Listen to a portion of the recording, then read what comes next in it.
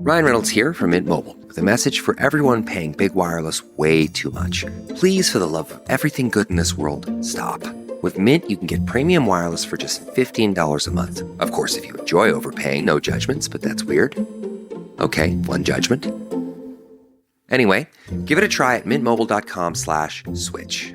Upfront payment of $45 for 3-month plan, equivalent to $15 per month required. Intro rate first 3 months only, then full price plan options available. Taxes and fees extra. See full terms at mintmobile.com.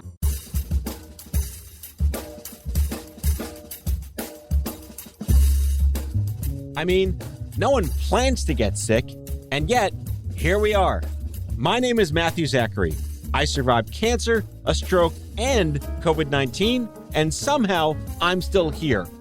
I also survived our stupid broken healthcare system, and I want to help you survive it too. So let's go make healthcare suck less together.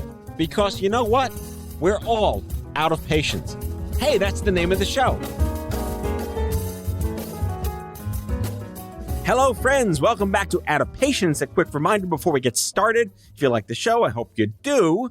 How about a review, a like, a rating, some kind of something somewhere? I don't know. On the show today, Michael Buller, the Senior Director of Content and Creative Services at Dana-Farber Cancer Institute and the producer of one of my favorite new podcasts, Unraveled. We are both SUNY alumni, and we're both cancer survivors. I'm 25 years out. He's 10 years out. We're both media guys that got sucked into the cancer world and love broadcasting and publishing. We have a great conversation about so many different things, but we're really leaning into this amazing podcast, Unraveled. I highly recommend everyone have a listen to it. The Unraveled podcast from Dana-Farber. Check it out wherever you get your podcasts. And all right, let's get started with Michael Buller. Enjoy the show.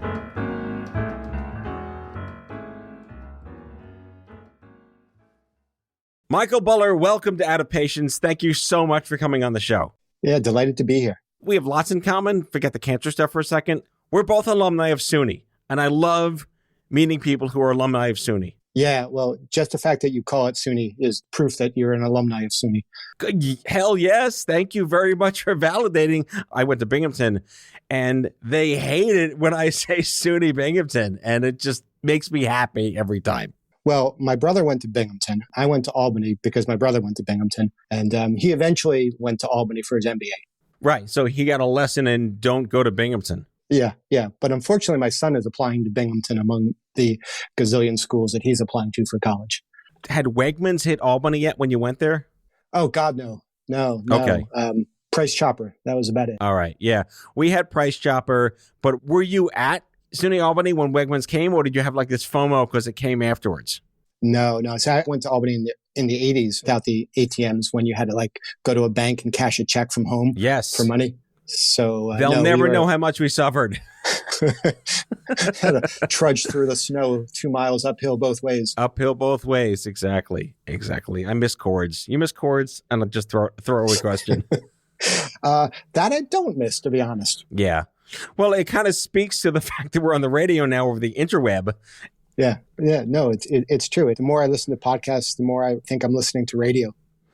Well, I mean, honestly, I have gotten some crap from the crazy kids because I call it radio. Podcasting is basically radio, modern day talk radio on demand. There's still terrestrial radio, AM and FM. But, XM decided that they're going to be terrestrial and digital, and why can't we be the same thing? It's interesting was we get requests from people who say we want a podcast. And my question for them is always, do you want a podcast or do you want an audio file that you want to put on the website? To me, podcast is continuous publishing. It's radio. It's conversations, community. That's a lot what radio was like. Radio is also very uniquely sensory driven because it's just your ears. And you think about, TV, it was a different way to experience media because you're using lots of senses instead of just one.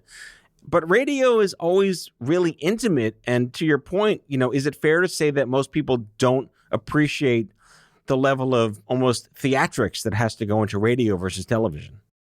Yeah, no, I think that's a great point. And the times that you listen to podcasts, are different. I mean, yes, some of it's in background, but some of it's in that really focused time when you're commuting or you're taking a walk and it's just you and what you're listening to. I came up as a magazine editor. I mean, I spent years doing magazines, and when we were writing the script, it really struck me as very similar to long form narrative. You're creating the story, you're creating an arc, there's some drama to it, there's a natural flow to the story, very similar to print journalism, except then you've got to convert it into the audio format. Right. And it also depends on what type of culture you want your show to have. I had a live internet talk radio show, not a podcast, in 2007, 8, and 9. It was live. If you missed it, you were screwed. And now everything's like on demand. So another thing we could take for granted is, do you want a show that's like this, like Car Talk, for people to just shoot the shit? Or do you want a show that is informational, or is it, semi-narrative or fully narrative? People that just think, I'm going to start a podcast. There's a mic I'll buy. I'm going to talk into a cloud. Poof, you're a podcaster, right?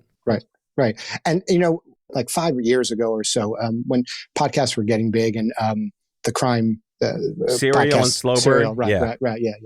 The one that went crazy. So we're like, well, we've got a microphone. We could do a podcast. But they weren't scripted. They were just conversations that I was having with other patients about different things that cancer patients experience. And, spoiler alert, as a cancer patient, I felt like I could be authentic in having these conversations with people. And we would talk about different issues, about how you talk to your kids about cancer, how you go from treatment to after treatment and what that's like. And, we weren't really doing sound engineering. There's more chats, just informal chats with people. I got drafted into the cancer world like you did. I was 25 years ago. And back then there was only literally magazines and television and old school radio, nothing for people like us. But the point I want to make and get your thoughts on is that everything created for cancer patients and media is stuff you never ever woke up one day and hoped you'd have to listen to. Mm-hmm. So there's a certain sense of, we used to call it anti-expectation in the media, that jargony term from like the late 90s. Like when toilet paper became bathroom tissue, like that's anti-expectation, right? But there's a certain level of appreciation that cancer patients have to understand what other cancer patients hate the fact they have to listen to, right? All the time. And, it's the club that you're in that you never wanted to be invited to. And there are things that you think other patients are going through, but until you actually go through it, it's impossible. You just don't know what you don't know. I'll give an example that's really recent. I just came back from sort of the normal scans that I had like yesterday. I had PET CT scans, which were just normal, just to see if there's any progression, yada, yada. If you asked me before that, am I anxious about it? I'm like, no, not really. It's okay. I've done these before. I've been doing them for years. But until you get through them and you get the results and you come back, you don't realize what a cloud it has over you for the day. And a day after it, this morning, you wake up, there's a spring in my step. And that is something that's really hard to understand if you haven't been through it. Well, yeah, the running word has always been like scanxiety is active traumatic stress disorder, not post-traumatic stress disorder. Yeah, I haven't heard that. I heard scanxiety, but no, it's definitely active traumatic stress disorder. It's in real time. So you had follicular lymphoma, and I've always found it interesting that the blood cancer words never have the word cancer in them. And follicular sounds like it's something wrong with your hair because there's like hairy cell leukemia. Like, what are people thinking? It's blood cancer. But congratulations on a decade of not having to deal with the you have cancer conversation. Well, there is something wrong with my hair, but that's a separate issue. Separate issue. Me too. So, follicular lymphoma, it's one of the, I don't know exactly how many, but 50 somewhat types of non-Hodgkin lymphoma. Still doesn't have the word cancer in. Right. It's what they call an indolent lymphoma, slow growing. And it's chronic. I think most people would say non-curative cancer. So it's just one of these things that you just have to keep dealing with on a regular basis. And that's what we've been doing, for 10 plus years. And that's progress. I mean, every now and then I plug this documentary that we produced this year called The Cancer Mavericks, which details the stories of the people who got the last 50 years to happen after the War on Cancer Act. And the short story is that we kind of all just used to die. And that wasn't okay. And, granted, yes, bell curve, many people still die today from cancer. It's far fewer than it used to be, thankfully, because of advances in medicine and screenings. Isn't that good to look at progress? Yeah, absolutely. Yeah, I mean, a lot of people, as they say, are dying with cancer, not dying of cancer. Right. And that's that's tremendous progress. I mean, you look at, and don't quote me on the numbers, but you look at something like childhood leukemia and ALL, which has essentially flipped the curve from the number of kids who used to die from it versus the number of kids who survive it now and are cured of it. And that's true in a lot of cancers. There's a lot of cancers that are still intransigent and just cannot be solved. And so there's so much work to be done in ovarian cancer and pancreatic cancer and a long list of cancers. But yeah, I mean, the progress has been amazing. And I go for checkups all the time. And the conversations I'm having now about potential treatments are about drugs that weren't even in the conversation 5 years ago. And the ones that I was having 5 years weren't in the conversation 10 years ago. And I was on a drug called Rituxan early on and twice. And that wasn't even in the conversation 20 years ago. So we continue to make progress and it's great. And just got to keep going. All right, we'll be right back with Michael Bowler after the break.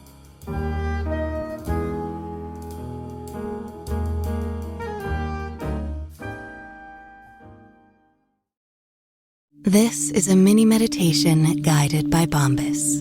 Repeat after me. I'm comfy, comfy. I'm cozy, cozy. I have 0 blisters on my toes. Blisters. And that's because I wear Bombas, the softest socks, underwear, and t-shirts that give back. One purchased equals one donated. Now go to bombas.com/Wondery and use code Wondery for 20% off your first purchase. That's BOMBAS.com/Wondery and use code Wondery at checkout. No matter how you travel, it's good to have a plan. Some people plan every minute. No sleep, bus, museum, another museum. While others only plan to take it day by day. When it comes to your finances, a plan is just as important. You can count on Credit Karma to give you the insights you need to understand your options so you can take charge of your financial path and find your way to money. Explore how you can make financial progress with confidence today. Intuit Credit Karma. Karma you can count on. Are you feeling stuck in your career or lacking employment at the moment? Experiencing symptoms of job dissatisfaction? You might be suffering from a common condition known as career stagnation. But don't worry, there's a solution. Monster.com. Monster.com offers a comprehensive suite of career-boosting tools designed just for you. Our free resume review and AI interview prep tool will help you stand out from the crowd. Need more guidance? Dive into our career advice articles for expert tips and insights. And don't forget to check out our salary tools to ensure you're getting paid what you're worth. Side effects may include a new job, increased confidence, and a brighter future. Consult Monster.com today and take the first step towards your new career. Ready for your next job opportunity? Visit Monster.com now.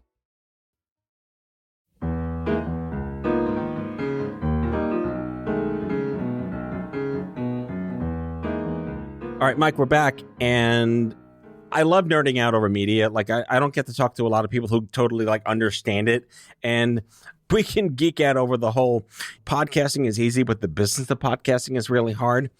But I want to get into the Unraveled podcast you do for Dana-Farber because I'm a huge fan of Dana-Farber. They had one of the first young adult cancer support groups ever in the early 2000s. But I want to talk about you as a media guy who started a blog back when blogs were blogs. And I was reading it. You're kind of like the George R.R. Martin of cancer bloggers because they're like one a year. I'm genuinely sorry for the loss of your father. I was reading that article you so bravely wrote. But it's called Thinking Out Loud. And, you know, you're a media guy. You think out loud in general because you always have creative ideas. Were you inspired to start a blog or were you a writer beforehand? Or did you like, screw it. I'm just going to vomit on the internet because I'm pissed? A little bit of everything. A little bit of all of the above. You know, I spent 20 years in magazines and trade magazines and custom publishing magazines, and I've been a writer and editor for that many years. And before I got into communications at Dana-Farber, and so part of it was like I felt like I had information I could share and I should share. Part of it is I'm not really good about talking about things, but I'm really good about writing about things. So it was a way for me to process, and writing just let me kind of process it, get it out of my head. And that's kind of where I ended up with the phrase thinking out loud. And in the first year of diagnosis, I was writing, weekly. And then I kind of ran out of things to say. And I just didn't want to be one of those bloggers who are just saying things because they feel obligated to post. And I have so many blog posts that I've started. I got nothing to say here. So I just would never publish it. And it's coming up on 2022, so I probably should get another post out there. Right. Your annual post is well due. Yeah. Part of the reason is that I ran out of things to say. Part of it is that I've kind of gotten to a good place in my mind where I don't need the processing as much. I'd like to say part of it is because I'm doing better about talking about how I'm feeling, but no, that's not really the case. So it's still best for me to process it online, but I'm in an okay spot. It's been said that true cancer survivorship is both forgetting how many years out you are and then getting mad at FedEx again. Screw FedEx, damn you! Where's my package? That's so true. I mean, I still remember the date, but I get to a point where I'm like, oh, I think that was even this year. And this year was 10 years. And I was like, oh, right. I was going to write something about 10 years. Did I write something about 10 years? I can't remember. See? Exactly. Yeah. One thing I like about your writing is it takes a certain mind to come from media, agency, advertising, publishing. It's a very different perspective we have on how to communicate because we come to the table with that embedded skill set. And tell me what it was like to kind of create the Unraveled podcast for Dana-Farber with that perspective. It's a really well done show. It's well produced. It's well thought out. And I think it serves as another sort of exemplar of how to do it right. So first off, I got to give props to Rococo Punch, who was the production company we worked with, and Ken Schulman, who did the script writing, and we worked real closely together. And he's the narrator, and we knew we had good stories. And I've been at Dana-Farber for 13 years, and we've been producing our research magazines over the course of that time, and those always have these deep stories about the science. So we knew we had that content, and we knew that when we were looking at podcasts that we wanted to be able to tell that story and do it in a way where we could really bring the voices and bring the scientists to life, and bring in the cases where we had patients really bring their voices out and bring the emotion. Particularly some of the patients like Judy Wilkins, who's in episode 5, which talks about CAR T-cell therapy. And so putting it together was really just making sure that we could be true to the science and true to the discovery, where we went back and talked about how the discoveries happens and how you went through discovery into clinical trials, into treatment, and into the point where it's having an impact on patients' lives. And so we wanted to be true to that. And it really just took a lot of time to go through the stories and the research that we had and think about the ones that we could tell that story. I want to go into more of an ethereal category. And, having been in this industry, not by choice, I suppose, for 20 years, I'm continually frustrated. Like, put your cancer survivor hat on, but also put your media hat on. There's so much good out there to learn from, but it's too damn complicated because science has to be complicated. What is the Schoolhouse Rock success stories where average human beings who may not have finished college or even high school can understand things that are happening to them that they never anticipated happening to them? Can science speak human? That is a great question. Absolutely, it can speak human. We have some great writers who can do it, and we have some great scientists who do it. Where it seems to work best is when you can have a good analogy or a good metaphor, where you can talk about immunotherapy and you can talk about the soldiers of the immune system attacking cancer cells and charging the immune system. And where it works best is where you can get away from the jargon and you can talk in plain English, in metaphors and analogies, so that people can really take this complicated information with words and images that they understand. So how many episodes have been published already for the Unraveled podcast? And are you seeing any heat maps in terms of what listeners seem to be most intrigued to glom onto and listen? So the whole first season is out now, 6 episodes. And the CAR T-cell therapy story, even though CAR T-cells are among the more complex sciences involved, that seems to be the one people are glomming onto the most. There's a story about Dr. Bill Kalin and his Nobel Prize-winning research around oxygen sensing. And that's great and it's wonderful. But I think the CAR T-cell story, because it talks about a patient and it talks about this notion of turning science fiction into science fact, and because it has a patient who called herself Judy Jetson, her name was Judy Wilkins, and so there's a whole lot of fun to it, which is weird to say in a cancer podcast, but there's a little bit of fun to it, and there's a lot of humanity in it because you're hearing Judy tell her story. It's fun to think about the future. Flying cars, cities in the clouds, colonies on Venus and Mars. We didn't end up living like the Jetsons, but a few of those visions did come true. I'm Ken Schulman, and this is Unraveled, a Dana-Farber Cancer Institute podcast.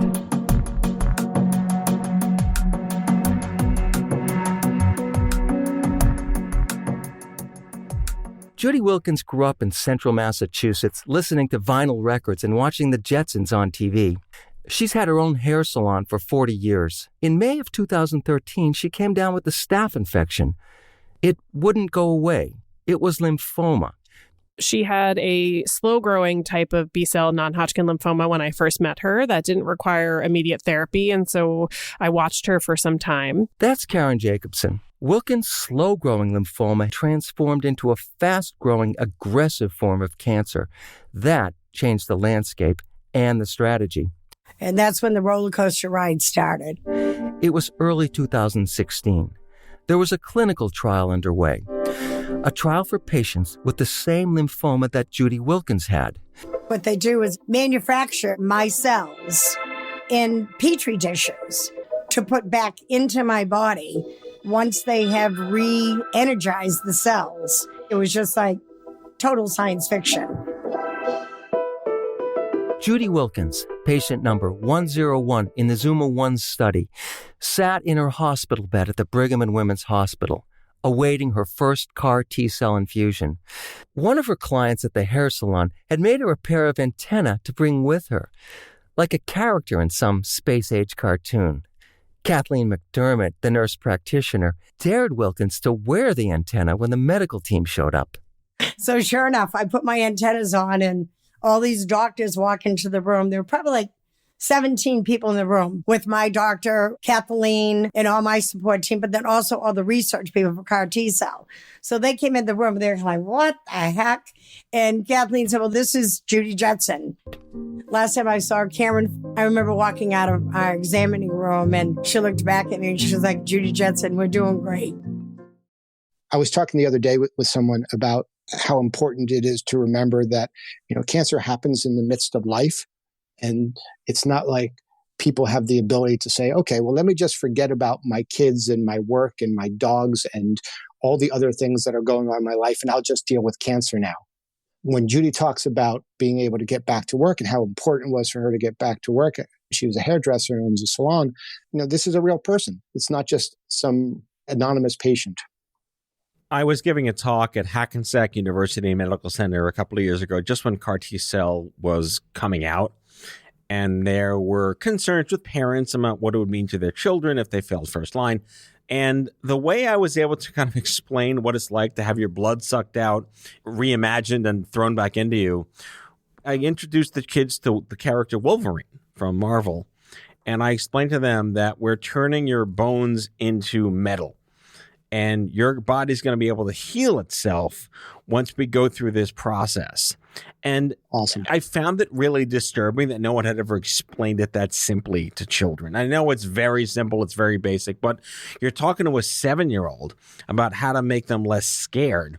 That just seems to be not done enough at scale to explain things at even that basic level. Do you concur? I do concur. We try and ask people to explain it to us like you're talking to your grandmother. And no offense to people who have grandmothers who are super tech, super science savvy, but anyone who's had to sort of explain to their parents how the internet works or explain to their grandparents how the internet works understands what I'm talking about. If you can't explain it at that level of understanding, then it's too complicated. All right. So the other question is, whose job is it to babble fish this down to lay speak? Because we need the doctors and the scientists to talk science to each other. But I don't know if it's fair to expect to have that unicorn human being who can do both. And whose role is it? Is it the nonprofit's role?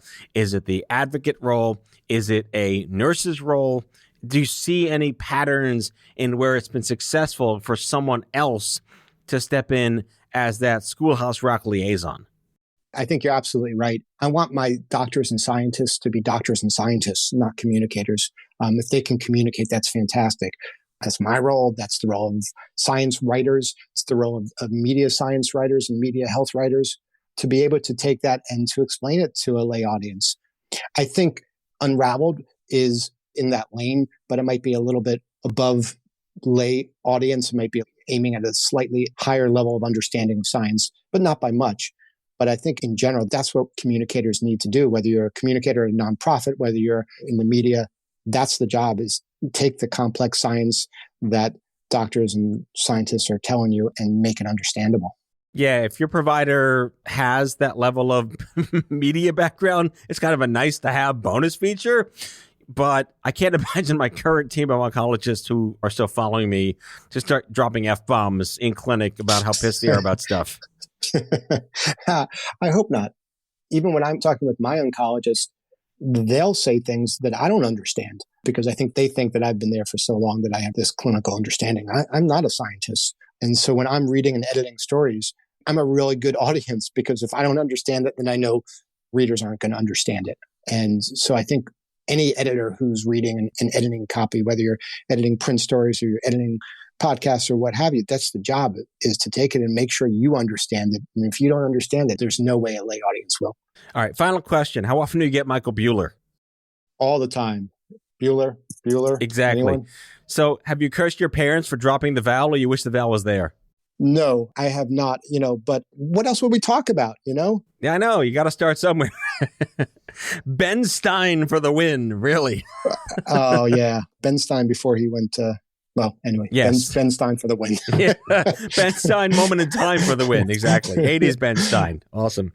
Well, Michael Knott Bueller, Senior Director of Content and Creative Services for Dana-Farber Cancer Institute, producer of the Unraveled podcast, which I'm a huge fan of. You can follow it anywhere you listen to your podcast. Just search for Unraveled Podcast Dana-Farber. SUNY alum, cancer bromance buddy. I'm so thrilled to know you. Thanks for coming on the show. Thanks so much, Matt. It's a pleasure.